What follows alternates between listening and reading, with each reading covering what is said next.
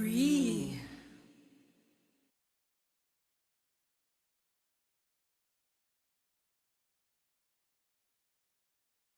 Daragoy na Home Depot, filling homes, fulfilling lives. Hey! Oh! Hey, hey, whoa! Hey, hey! Come on, everybody! Daraga Home Depot, the home of quality and affordable appliances, gadgets, and furniture. Kung kalidad ang hanap mo, tara na pumunta rito. Presyong abot kaya siguradong panalo. Refrigerators at washing machine, right?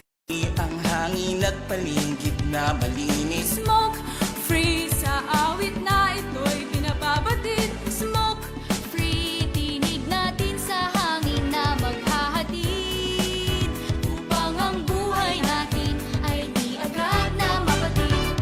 Ang sigarilyo maraming sangkap na kemikal. May lasong amoy, masama sa kalusugan. Usok katabo, parang ulap na itim. Naglalakbay sa hangin, nalalanghap natin. Pag-iosif vape, maaari pang bawasan. Kung kaya mo rin lamang ay tuluyan ng iwasan. Para sa kabataan, magandang kinabukasan. Walang gastos, sakit, polusyon ang kalikasan. Smoke free ang hangin at paligid na malinis. Smoke free sa awit na ito'y pinababatid. Smoke free, tinig natin sa hangin na maghahatid. Upang ang buhay natin ay di agad na mapatid. Oh, smoke free ang hangin at paligid na malinis. Smoke free sa awit na ito'y pinababatid. Smoke free, tinig natin sa hangin na maghahatid. Upang ang buhay natin ay di agad na mapatid.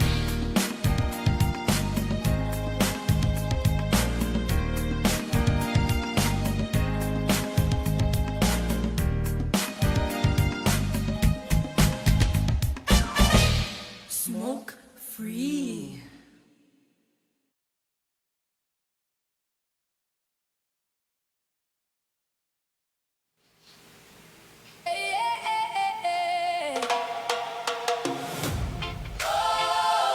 This one's for our supermom.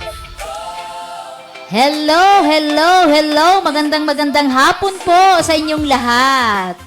Ito pong muli, nagbabalik ang inyong supermom, si Mami Joanne. Yan, kumusta na po tayong lahat? At happy birthday nga po sa lahat ng mga mami ngayon. Diyan sa mga Qatar, sa aking mga taga-Qatar na mga followers. Ay wow, ang daming followers ni Supermom. Happy birthday nga po pala kay Mami Lisa. Yan. Ka-churchmate ko yan. Happy birthday, Mama Lita. And of course, happy anniversary din po sa church namin. 6th year anniversary. Rise Up for Christ Family Church. Yes. Happy anniversary po sa ating lahat. And of course, sa lahat po ng mga mami na nagse-celebrate po ng kanilang mga birthday sa ngayon, happy birthday po.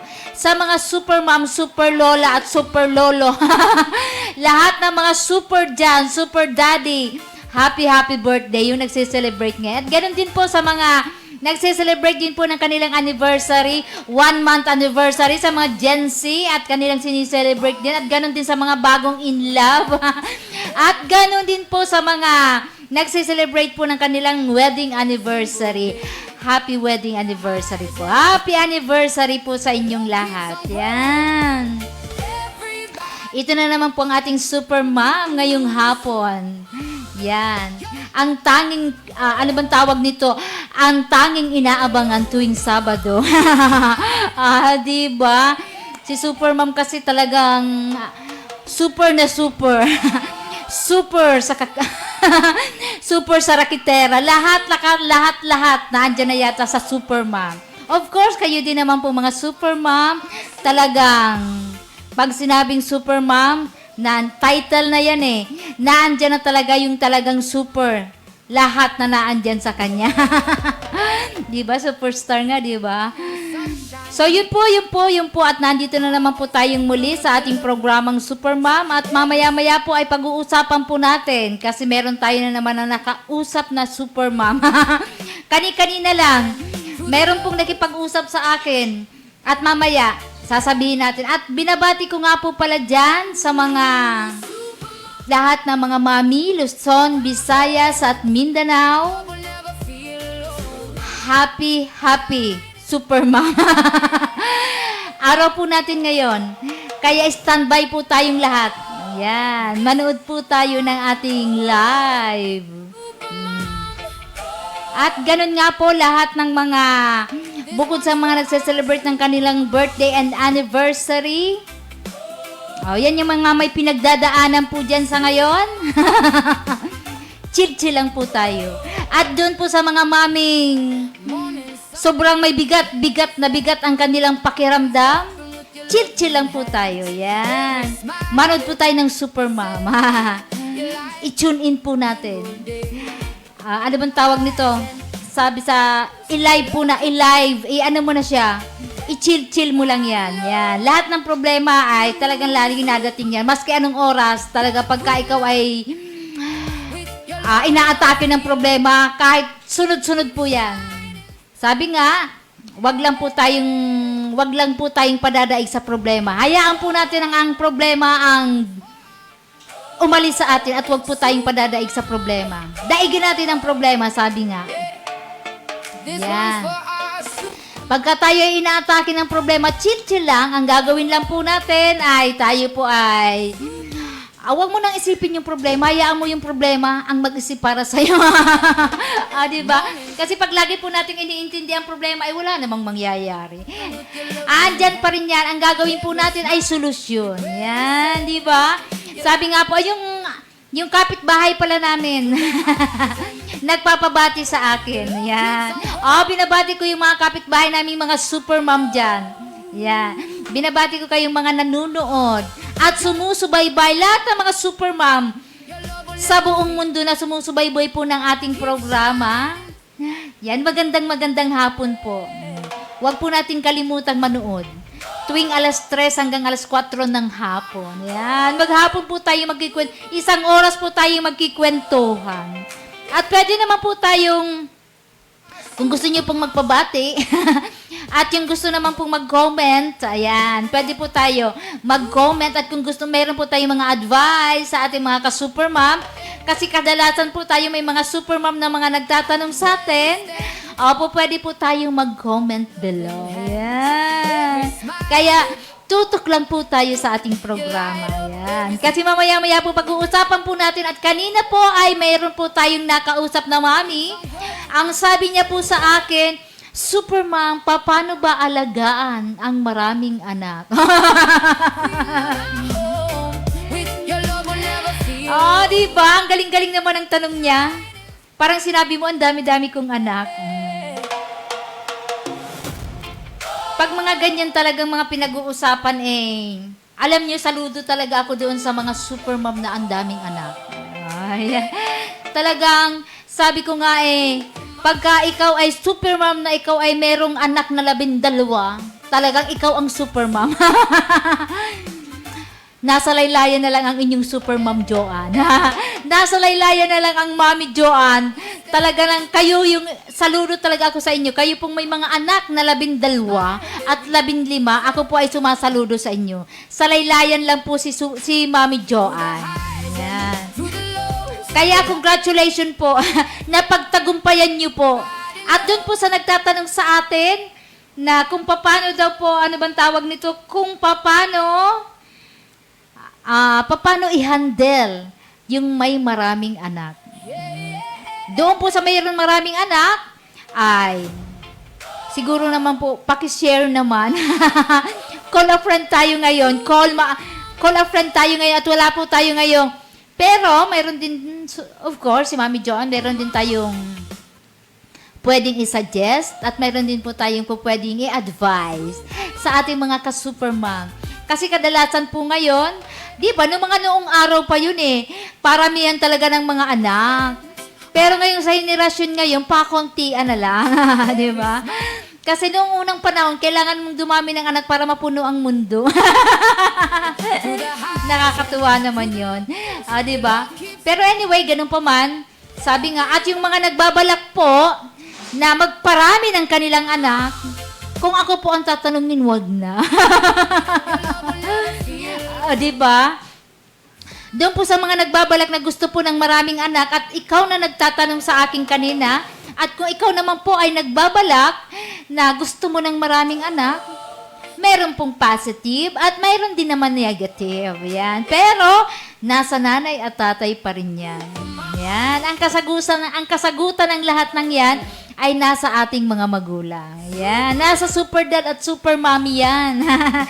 Kung kaya ba nila yung 12 sa panahon ngayon, why not? Pero sabi nga, at ikaw ay gusto mong, malamang may binabalak. Ikaw naman po ay nagtatanong dahil sabi nga, paano ba i-handle ang may maraming anak? Sabi ko nga sa akin, ako naman ay may 5 anak. Ay, madali lang yun. Pag ikaw naman ay kilala mo ang iyong mga anak, madali lang i-handle yan. Diba? Saludo ako doon sa mga nanay na sobrang dami ng anak, 12, 15 anak. Talagang ganun talaga yun. Sabi nga, sa akin lang po, ang may advice ko lang po sa'yo, super mom, at kung ikaw naman po ay nagbabalak talaga na gusto mo talaga na magkaroon ng anak, na marami, sa akin ay 5 anak, doon po unang-una po sa lahat, unang-una po talaga sa lahat, ay humihingi po tayo ng wisdom sa ating Panginoon. Yan. Dapat po, doon ay hindi mawala sa isang nanay. Ang paghingi ng wisdom. Anyway, nakabuilt-in naman po sa isang magulang, nakabuilt-in na po sa isang nanay, at sa isang sa mga magulang, nakabuilt-in na po ang wisdom. Laging pinapadala ng Diyos yan. Laging pinapadalhan ng Lord yan. Lalong-lalo na pagka yung mga nanay na may nasa katinuan. Of course naman, di ba? Kanino pa ba naman ipapadala ang wisdom? Alangan naman doon sa hindi matino. Pagka ikaw po ay nagpipray, unang-una, paano i-handle? Ay dapat po ay tayo ay nagpipray, tayo po ay humihingi ng wisdom sa ating Lord. Para po tayo ay mapadalhan kung paano po natin aalagaan yung ating mga anak. Unang-una po yun. So, pangalawa, sabi nga pagka ikaw ay may 12 anak, at kung ikaw naman ay may 5 anak, at may 6 na anak, ano na yan talagang lampas-lampasan na yan. Sabihin na lang natin sa boundary talaga tayo nasa 4 na anak pataas. Pagka ikaw po ay mayroong 4 na anak pataas, dapat daw po, at ganun din naman sa akin, advice ko lang, 5 din ang utak mo. Yan. Dapat ikaw ay mayroon ka rin na 5 kaisipan. Kasi hindi po pwede ang kaisipan mo ay iisa lang at nakatuon lang din po doon sa iisang anak. Yun. Pag ikaw po ay may anak na 5, dapat 5 din ang utak mo. Dapat ganun yung mga mangyayari. Dapat yung iyong mga kaisipan ay hindi lang nakatuon sa iisa lang na ano bang tawag nun? Sa iisa lang na pag-iisip. Dapat ay tinitingnan mo rin yung 4. Yan. Let's say, for example, kung iyong isang anak ay malungkutin, dapat paminsan-minsan ay dapat hindi ka din sasabay, di ba? Hindi, paminsan-minsan ay makisimpatya ka rin sa kanya. Alisin mo siya sa kanyang pagiging malungkutin. Yan. So, hindi ibig sabihin, lahat ng mga anak po natin ay may kanya-kanyang pag-uugali. Yan. Yun po yung nais ko pong sabihin sa inyo. Dapat, kung ikaw po ay may 5 anak, dapat mayroon ka din pong 5 pag-uugali. Kung ano po yung ugali ng iyong mga anak, dapat mayroon ka noon. Sa isang super mom, dapat po kilala po natin lahat ang pag-uugali ng anak natin. Yan. Kasi po ay dapat ikaw na nanay, kung ikaw po ang nagpalaki po sa iyong mga anak, kilala mo po 'yun. Yan. Kaya kung yung ugali ng isa mong anak ay jolly, dapat sumabay ka rin sa pagiging jolly. Yan. Dapat nakikita ng anak mo 'yun. Hindi naman po pwedeng kontrahin mo siya sa gusto niya. Mag-aaway lang kayong dalawa. At hindi maaaring ikaw mismo, yung alam mo na siyang jolly, ikaw mismo itong maghihila sa kanya para maging formal lang siya. Hindi. Yan. So, yun po yung pag-uusapan natin. At kung mayroon po tayong mga comment dyan sa ating pong Super Mom, pwede po tayong mag-comment sa ating yan. Online po yan. So, yun na nga po, kung ano ba yung mga dapat natin gagawin? Ano ba yung feeling? Ano daw yung feeling ng maraming anak? Sa panahon po ngayon, taranta ka na. Diba? Ngayon ay hindi mo na kailangan, kung sa akin lang in my part, dahil ikaw po itong gustong magkaroon ng anak na marami, pero kung kaya mo, why not? Kasi sabi nga ay blessing din daw yun eh. Yan. Kaya sa akin, kung sa panahon lang po natin ngayon, ikaw na nagtatanong na Super Mom, kung ako lang ang tatanungin, siguro ko po, tama na yung 2 anak. Yan. Sa akin lang aywan ko lang dun sa ibang. Pero kung kaya mo ng marami, why not? Hindi naman kayo pinipigilan. Kayo lang naman dyan. Pero kung sa akin lang in my part, kung ako lang ang tatanungin, sa akin lang po yun suggestion. Tama na po sa akin ang 2 anak. Dahil po ngayon, sa pabago-bago po ng ating, sa ating pong mundo ngayon, maaring may mga henerasyon na hindi na po yata natin kailangan pa ng marami. ng maraming anak kasi punong-puno na po tayo ng populasyon. Di ba? Kaya nga po yung gobyerno natin nagkakaroon na ng mga pangangampanya ng ano bang tawag yung mga contraceptives. Yan. So, yun po yung mga dapat na mga hindi na, kung ako ang tatanungin, dapat po ay 2 lang ang anak natin. Yan. Ano pa ba? Buko doon sa dapat 5 ang utak mo, 5 yung pag-uugali mo, at 5, ang dami kasi mga pangangailangan ng mga anak natin, lalong-lalo na po pagka sila po ay sobrang dami, di ba? Pero sa akin lang, ang ikikwento ko lang sa inyo, na ako naman ay mayroon naman akong 5 anak, ay 5 talaga. Kailangan kong maging 5 din ang pag-uugali ko. Yan. Sila kasi ay meron na silang mga pagkakaiba. Umpisan po natin sa mga bata pa. Nung ako po ay meron pang nasa kaliitan pa po. Nasa kaliitan pa po yung aking mga anak. Hindi mahirap alagaan. Sabi nila, yung mga maliliit daw, yung mga bagong nagmamami, napakahirap alagaan yung mga maliliit na bata. Pero yung ngayon na lumaki na yung mga anak ko, ang sabi ko, mas magandang alagaan pa yung maliliit pa lang. Yan. Yung tamang palalakihin mo pa lang sila. Yan. Kasi mas magandang mag-alaga ng mga baby pa hanggang 7 years old. Kasi yung mga yan ay mga sumusunod pa sa atin. Pero, and at the same time, nakokontrol pa po natin. Pero pagka sila po ay nag-edad na ng 10, maaaring may kanya-kanya na rin silang kaisipan kasi meron din tayong mga anak na mga advance mag-isip. Kaya minsan ay minsan magugulat ka na lang yung anak mo pala ay ganyan na. O, di ba? Parang kakaiba. Kaya yun, sabi ko sa kanya, mas pinakamagandang alagaan na yung tayo ay magkaroon ng, yung alagaan ay yung mga bata pa. Mahirap na yung alagaan yung mga malalaki na sila. Although may mga isip na nga, mas lalo tayong matutortured.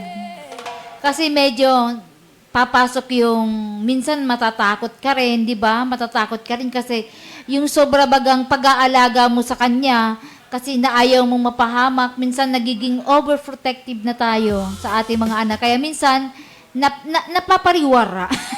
Imbis na napoprotektahan natin, mas lalo silang nawawala. Nagwawala, pero hindi nila naiintindihan yon. Yan. Doon sa mga anak natin na mga nanonood ngayon. Yan, doon sa mga kabataan na nanonood ngayon, wala pong mami na tinatalikuran po ang kanilang anak. Yan. Akala nyo lang yun. Malalaki na kasi kayo eh. Malalaki na kasi kayo kaya hindi nyo napansin ang inyong mga nanay. Nandito lang po ang mga nanay. Nandito lang po ang mga mami. Yan. Naghihintay lang po yan kung anong oras mo kausapin, anong oras mo siya pwedeng pansinin. Yan. Kasi pag kami po ay namamansin sa inyo at pinapansin kayo, ang nangyayari po ay nagagalit po yung mga anak natin. Pero hindi nila alam na yung yung papansin po natin sa kanila ay tayo po ay tunay na pag-aalala ng isang nanay. Yan. At kaya naman po doon sa mga bata at sa mga kabataan ngayon na nanonood, huwag niyo pong masamain. Ha? Mamaya, technical lang. meron si teacher kasi nandito eh. Wala akong dalang racket. Andito meron ako coffee. Yun na nga po yung sinasabi ko kanina, di ba? Na dapat po tayong mga super mom ay mayroon po tayong mga 5 kaisipan, 5 pag-uugali, at dapat ay multi ang kaisipan natin. Talagang mas marami. Hanggat maaari tambakan natin ng tambakan para maging tunay na aktibo yung ating mga kaisipan. Di ba? Dapat nga, sabi nga maging maayos ang ating mga kaisipan. Kasi pagka tayo po ay maraming anak, yan. Sobrang ganda yon. Ang saya-saya.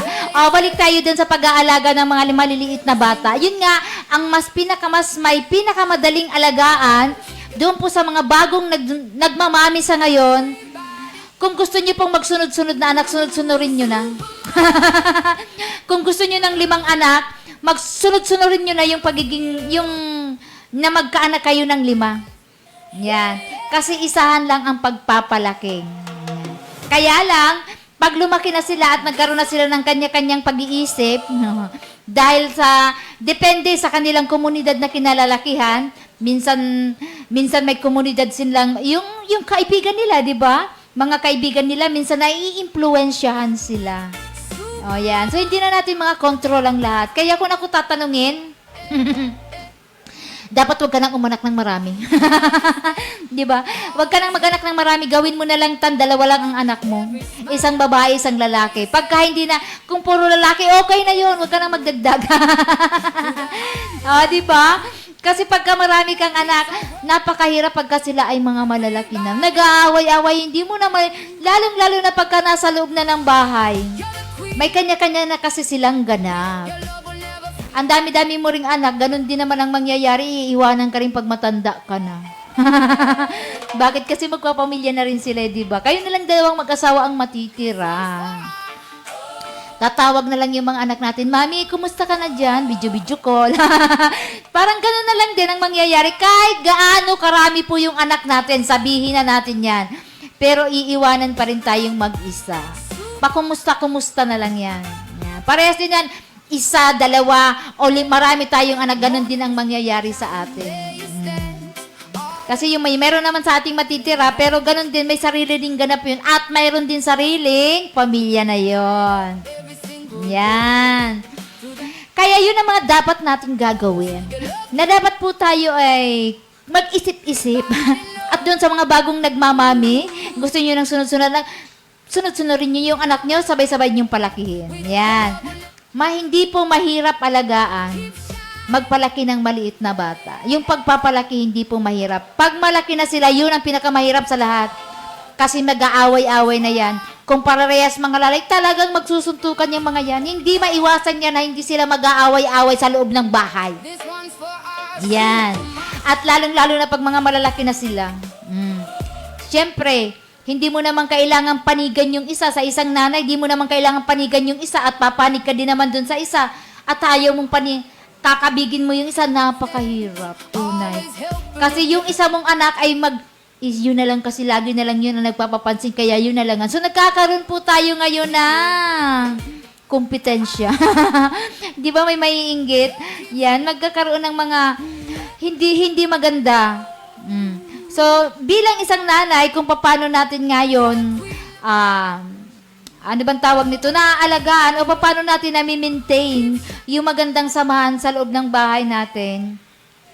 Ang pinakamaganda, lalo na pagka nagkukulitan, kasi hindi naman talaga maiwasan kahit nga sa bahay namin eh.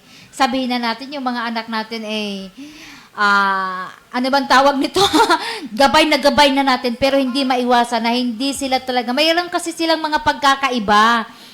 Yung isang anak, gusto ng isang anak doon sa kanyang kapatid na ganito ang gagawin, ay hindi naman nga siya ganun eh, di ba? Kaya nga mayroon nga silang mga pagkakaiba. Lalong-lalo na ngayon, pagka sila ay nagsasama-sama na sa loob ng bahay, dahil sa kanilang pagkakaiba, maguguluhan ka talaga. Kaya kung hindi, ang kaisipan mo ay hindi nakatuon doon sa 5 anak mo, maaaring mabaliw ka. Lalayasan mo yung mga anak mo kasi yun na nga, mapipressure ka lang. Pero dahil si Supermom, yan, chill lang tayo. Nakikita mo na mag-a-adjust ka eh. Diba? Nanay na ngayon sa panahon ngayon, nanay na ngayon nag-a-adjust. Unang-una doon sa ating mga social media. Hindi mo na mautusan. Mamaya na. Uutusan mo mamaya na kasi tatapusin ko muna itong mga nilalaro ko. Saka mo na siya mauutusan. Kailangan mo naman ding magmadali. Kaya yun yan, dahil sabi ko nga, kahit gaano man po karami yung anak natin, sa akin lang, yung sa akin lang ha, maaring iiwanan tayo at magkakaroon din sila ng kanilang pamilya and hindi rin, kumbaga doon sa bahay natin, hindi talaga maiwasan na sila ay hindi mag-aaway-away. Kasi nga meron silang pagkakaiba ng mga pag-uugali nila. Kaya ang gagawin mo na lang, dahil ako ay isang super mom, si Mami Joanne, wala na lang ako, hindi na lang talaga ako kumikibo. Yan. The power of silence. Kasi lahat ko na lang pinapakinggan kung ano yung mga sinasabi nila. Kasi kailangan din naman nilang idepensa yung kanilang sarili. Huwag lang itong nagpipisikalan. Kasi normal naman tun sa mga anak po natin na lalo na pagka marami at sila po ay mga nagsasagutan, nagbabatuhan sila ng kanya-kanya nilang mga opinion. Yung kanilang mga sarili na mga desisyon sa buhay. Wala, ang ginagawa po ni Supermom, ang ginagawa po niya ni Supermom kung paano niya po i-handle, the power of silence. Good listener na lang si Mami Joanne.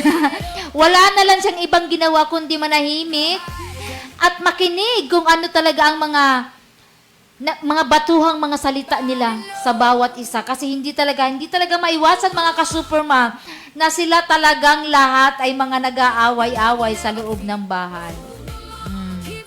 Yan, pero normal yon.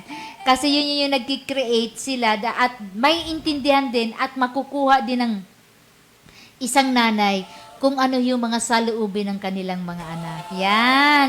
Kaya ang gagawin ng nanay, huwag mo silang patahimikin. Hayaan mo na lang sila, magbatuhan sila kasi para makita po natin yung saloobin ng bawat isa. Pag nanahimik na sila, doon ka na aarangkada. Kasi malalaman mo na kung ano talaga yung saloobin ng bawat isa. Ikaw nang bahala kumamada nun. Kamadahin mo na kung anong ibig nilang sabihin. Ayan. Kasi alam mo naman din yun eh. Bilang isang nanay, alam mo na yon kung saan mo kukunin yung mga anak mo. Saan mo kakabigin at paano mo sila i-handle sa mga bagay-bagay. Lalong-lalo na pagka sila po ay nagbabatuhan ng kanilang mga saloobin. Di ba? Ang hirap-hirap ng isang Supermom, no? Lalo na talaga pagka yung anak mo ay 12. Paano mo kaya gagawin yun? Sa akin nga, 5 nga yung anak ko, nahihirapan ako eh. Doon pa kaya? Kaya kayong mga nagbabagong mami ngayon, sa panahon ngayon, sabihin ko sa inyo, huwag na kayo magparami ng anak. Yan. Tama na po yung 2. Pinakamarami ay 3 na. Pag lumampas pa dyan 4, maaring kasama ka na sa 4 piece. Diba? Budgeting naman ang labas niyan. Kasi ang isang normal, siguro ko sa akin lang ewan ko ngayon kung anong issue, kung ano ba yung mga kinukuha dyan sa mga ganyan. Pero pagka malaki ang pamilya mo, you are belong to a poor family. Yan. Kasi bakit? Kasi sa akin din party ko, di ba? Mas mahirap na sabi nga nila, although nakakayanan nga natin, pero hindi natin kayang ibigay yung sapat para sa pamilya natin. Kaya wag na po tayong magparamihan ng mga anak. Talagang ayaw talaga ni Super Mom, no? Ayaw talaga ni Mami Joan ng maraming anak, kung tutuusin lang. Kasi tayo din naman ang positive doon, na pagka marami po tayong anak, may positive na nagtutulungan, pero may mga negative na nag-iinggitan. Yan. Kasi may kanya-kanya na po yung mga asawa. Pagka yung mga magkakapatid talagang tunay na magtutulungan yan. Pero pag mayroon na mga nag-asawa na at may mga abot na, may mga bagong pasok na sa kanilang buhay, ay minsan po ay nagkakaroon po ng inggitan. Yan. Hindi maiwasan yon at nagkakaroon ng mga hindi magagandang pananalita. Yan. Kaya hindi po perfecto. Wala pong perfect na family. Yan. Di ba? So, yan naniniwala ako doon. Pero malay mo sa iba. Pero sa akin na base po sa aking experience at mga nakikita ko po ngayon, wala po akong nakitang na family na talagang as in bonggang-bonggang. 'Di ba? Na mga bonggang-bonggang hindi nag-aaway-away. Meron nag-aaway-away lang, pero hindi naman yung mga pisikalan. Pero sabi nga blood is thicker than water. Paano kung haluan ka na ng blood ng iba? Di ba? Parang nakakatuwa naman yun. Paano kung nahaluan ka ng blood ng iba? Tapos may combination na yung blood nyo. Yun na nga Pag sumabay na dun sa blood mo, yun na nga ang mahirap dun kasi nagiging soul tie. So nagkakaroon na kayo ngayon ng iisang desisyon. So ano pang mangyayari? Hiwalay na yung blood ng isa. Diba? So, yun po yun. Kung paano natin i-handle ang maraming anak. So, kailangan dapat nga po ay meron kang 5 kaisipan, 5 pag-uugali, at lahat po doon, kung meron ka pong 6 o 12, saludo ako doon sa inyo, Mami. Saludo ako kayo doon kasi napagtagumpayan nyo yung 12 yun. Isang tribu talaga. Diba? Yun lang mga ka-super mom na dapat nating tandaan at dapat po nating paghusayan yung pag-aalaga po ng ating mga anak. Doon po sa mga bata na ang akala nyo po ay napapag-iwanan kayo ng inyong mga magulang. Wala pong nanay na nangiiwan ng anak. Kayo lang po.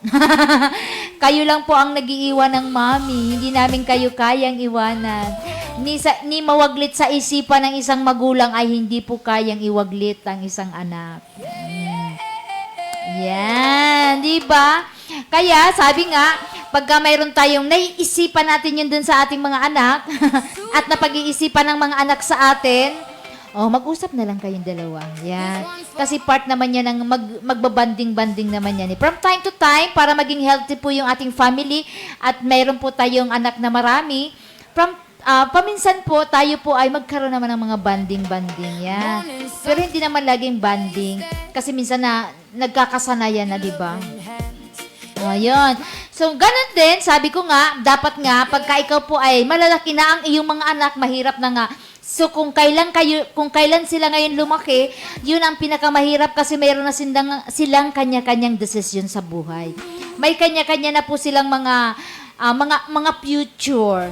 So, hindi naman po pwedeng pakialaman na ni ate yung future ni Bunso kasi alam niya na rin yun kung paano niya yun galawin. Di ba? Alam niya na rin yun Kaya doon naman sa mga panganay, 'di ba? Na gusto rin nagmamagulang. Meron din ganoon 'di ba? So yun, meron din naman silang authority at meron din naman silang karapatan lalong-lalo na as respect. Wag na natin saklawan pa. Wag nating saklawan kung ano man po yung kanilang mga desisyon. Kung alam po natin na medyo mali, i-advise po natin sa ating mga kapatid, sa ating mga anak, na kahit malalaki na sila, i-advise po natin sa kanila kung ano ang kahihinatnan kung yun ang desisyon nila. Siyempre, nakagabay pa rin tayo, di ba? Yun. Yan. Nandun pa rin. Nandun pa rin yung dapat. Yun na nga. Bukod pa doon sa 5 yung ating kaisipan sa ating mga anak at 5 yung ating mga pag-uugali, bukod po doon, dapat po tayo ay magkaroon pa rin tayo ng respeto sa ating mga anak. Yun po ang hindi po natin dapat naalisin. Yan. Kasi mayroon po talagang mga magulang na porket mga anak lang sila, ay winawalan nila ng respeto. Hindi nila nire-respeto. Yan. So, paano ba natin magigain? Yan. Paano ba natin irerespeto yung ating mga anak? Di ba? Bilang isang magulang, yung iba niyan, hindi nila alam yun, di ba? So, yung ating, excuse me, yung ating mga anak po ay may kanya-kanya pong desisyon. Kung ano po yung kanilang desisyon, ay yun po yung irespeto natin. Pero naandyan pa rin yung gabay natin. Yan. Let's say, for example, ano bang mga respeto? Ang anak mo ay mayroong, halimbawa lang kung ang anak mo ay mayroong may pinakaingat-ingatan na ganyang gamit, bilang ikaw ay isang magulang, huwag mong pakikialaman yon. Yan. Kasi pagka pinakialaman nyo yun, mag-aaway kayo at magtatampo yung anak mo. Yan. Ngayon, gagayahin nyo ng kanyang mga kapatid. So, yun. Ibig sabihin, ang respeto sa isang anak ay huwag po natin alisin yon. Yan. So, yun po mga ka-Supermom. Pamaya-maya po tayo po ay magtatapos na ng ating programa at sa mga susunod na araw naman po sa Sabado, tayo po ay magkita-kita. Yan. Kaya si Supermom, hanggang dito na lang at nagsasabi ng God bless us all.